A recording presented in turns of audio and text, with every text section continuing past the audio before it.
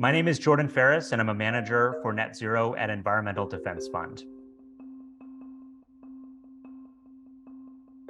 Net zero for a company means that you're reducing your absolute emissions in line with global goals to hit near zero by mid-century. It also means that you're integrating nature, biodiversity, and a just and equitable transition for your employees and the communities you work with into your long-term strategy and commitments. We don't have any time to waste. The IPCC says that we need to peak emissions in 2025 and cut them in half by 2030 to be on track to meet our climate commitments.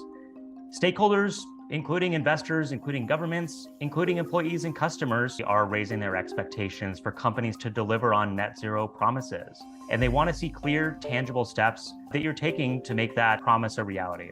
Companies can turn net zero commitments into action by looking internally, thinking about the tools and resources they have to act on these commitments. Second is developing a roadmap or a climate transition plan that will guide near-term and long-term actions toward net zero. And finally, you should think about building accountability, transparency, and governance structures within the company to make sure that everyone knows, what role they can play in turning that roadmap into a success.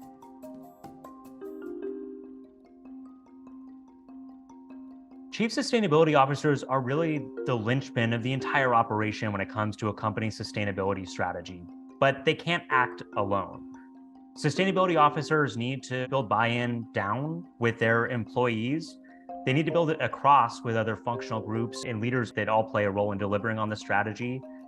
And they need to build the support up with the C-suite and executive leaders who are ultimately responsible to the board for delivering on these emissions reductions. And so working with these three groups to show where they fit in to a climate strategy, what role they play, and how it can benefit their department.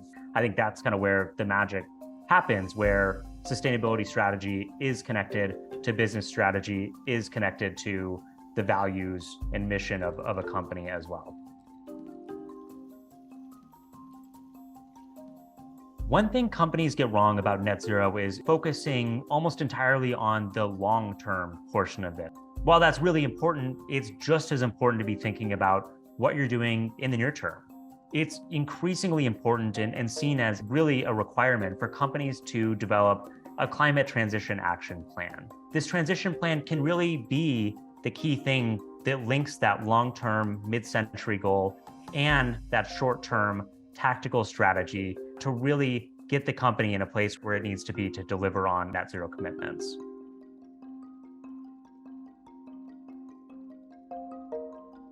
If I could tell a company three things, it would be first, think beyond your four walls. Think more broadly about the role that your company can play in unlocking broader societal shifts towards net zero. And this includes policy advocacy, which is one of the biggest things companies can do to make sure that everyone gets where we need to be in terms of hitting our global climate goals. Second, prioritize your biggest source of emissions and think about what the most impactful levers you can pull are, especially in the near term, to really kind of go after those big buckets of emissions. And finally, don't let perfection get in the way of action.